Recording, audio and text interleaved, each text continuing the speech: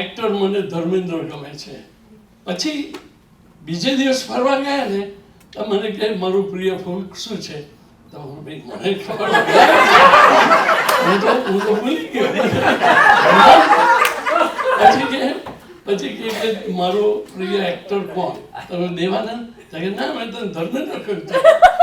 કે આપણું કંઈક બને એવું લાગતું નથી. આપણા વિચારો સરખા નથી. તો મેં કહ્યું કે જો એક રૂમમાં પુરુષ સૂતો છે, બીજી રૂમમાં સ્ત્રી સૂતી છે ને તારે રાત વિતાવવાની છે, તો તું કયા રૂમમાં જાય? તો કે હું તો સ્ત્રીના રૂમમાં જ છું ને. તમે કહ્યું હું પણ સ્ત્રીના રૂમમાં જ છું.